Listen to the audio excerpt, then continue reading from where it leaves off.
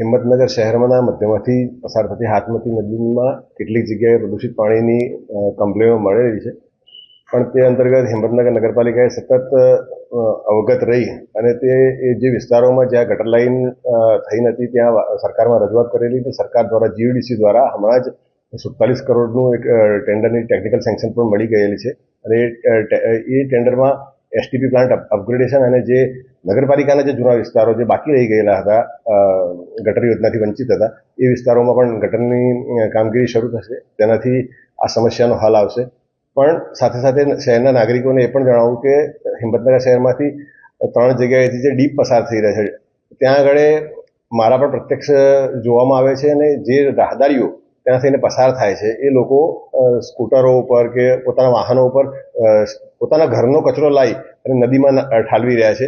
અમે હિંમતનગર નગરપાલિકાએ ત્યાં SCP point પણ લગાડેલા છે, પણ સીસીટીવી કેમેરા પણ લગાડવામાં આવે છે, તો પણ નાગરિકો દ્વારા નદીને પ્રદૂષિત કરવામાં આવી રહી છે। તો આપણે સૌ સાથે મળીને આ નદીને પ્રદૂષિત થતી અટકાવીએ।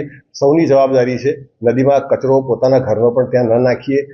જે નગરપાલિકાની વ્યવસ્થા છે ડોર ટુ ડોર કચરો ઉઘરાવવાની, એમાં જ કચરો નાખીએ એવી શહેરના નાગરિકોને મારી નમ્ર અપીલ છે। સફાઈ માટે કોઈ કાર્યવાહી કરવામાં આવશે? એ જે ડીપો છે ત્યાં આગળ વારંવાર નગરપાલિકાના સફાઈ કર્મીઓ દ્વારા ટ્રેક્ટરો દ્વારા એ કચરો ઉપાડી લેવામાં આવે છે, તો પણ નાગરિકો પોતાની ફરજને ભૂલી અને કચરો નાખી રહ્યા છે, તો એના કારણે આ સમસ્યાઓ સર્જાઈ રહી છે અને ભવિષ્યમાં આ જે ગંદુ પાણી જે છોડવામાં આવી રહ્યું છે પણ કેટલીક જગ્યાએ ત્યાં પણ આ એસટીપી પ્લાન્ટ અપગ્રેડેશન અને ગટર યોજના થઈ જશે જે વિસ્તારોમાં બાકી છે, તેના કારણે મોટેભાગે રાહત મળશે એવું મારું માનવું છે। હિંમતનગર નગરપાલિકા વિસ્તારમાં હાથમતી નદી પર અહીંયા પસાર થઈ રહી છે। છેલ્લા લગભગ હું 5 વર્ષથી આ નદી માટે લડી રહ્યો છું, જેમાં તાલુકા સ્વાગતમાં પણ અરજી આપી, જિલ્લા સ્વાગતમાં અરજી આપી અને જિલ્લા સ્વાગતમાં અરજી આપી એટલે અમે મુદતમાં જઈએ જ્યારે મહિનાનો છેલ્લું વાર હોય ત્યારે એમાં એવું કહેવામાં આવે નગરપાલિકાના ચીફ ઓફિસર પણ અહીંયા આવતા હોય અને એમાં કલેક્ટર સાહેબ સૂચના આપે કે ભાઈ એનો નિકાલ કરવો તાત્કાલિક। પાછા 2 મહિના માટે થોડુંક સાફ સફાઈ કરે, અઠવાડિયા 15 એમને ફોટા સેક્શન કરી અને એના પછી બંધ કરી દે પાછું।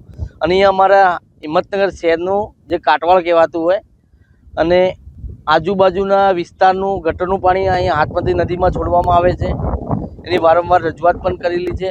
છેલ્લે મુખ્યમંત્રી સાહેબને રજૂઆત કરી, પ્રદૂષણ બોર્ડમાં રજૂઆત કરી, મુખ્યમંત્રી સાહેબમાંથી એવું લેટર આવે કે તાત્કાલિક ધોરણે કાર્યવાહી કરવી અને આ હિંમતનગર નગરપાલિકા મુખ્યમંત્રી સાહેબના લેટરને પણ માન સન્માન આપતી નથી।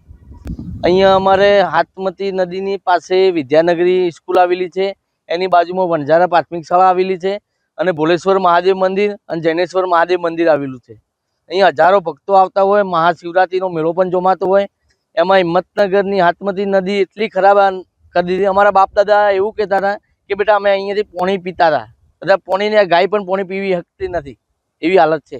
હિંમતનગરના મધ્યમાંથી પસાર થતી હાથમતી નદી અત્યારે એટલી બધી ગંદકી છે એની અંદર કે દુર્ગંધ બી મારે। બીજું કે નગરપાલિકા અમે લોકોએ રજૂઆત કરી, લેખિત કરી, મૌખિક કરી, નગરપાલિકાના બેરા કાને કંઈ અસર થતી નથી। બીજું કે નગરપાલિકા દ્વારા ગટરનું ગંદુ પાણી નદીમાં છોડવામાં આવે છે કે જે ખરેખર ખોટી રીત છે, એ રીતે ગંદુ પાણી છોડાય પણ એને ટ્રીટમેન્ટ કરીને પાણી છોડવું જોઈએ નદીમાં। તો નદીમાં ગટરનું પાણી બી ભરે છે, બીજી બી ગંદકી અહીંયા લોકો કચરો બી નાખી જાય છે, એના કારણે ગંદકી બી એટલી બધી દુર્ગંધ મારે છે કે અહીંથી પસાર થવું બી બહુ મુશ્કેલ છે।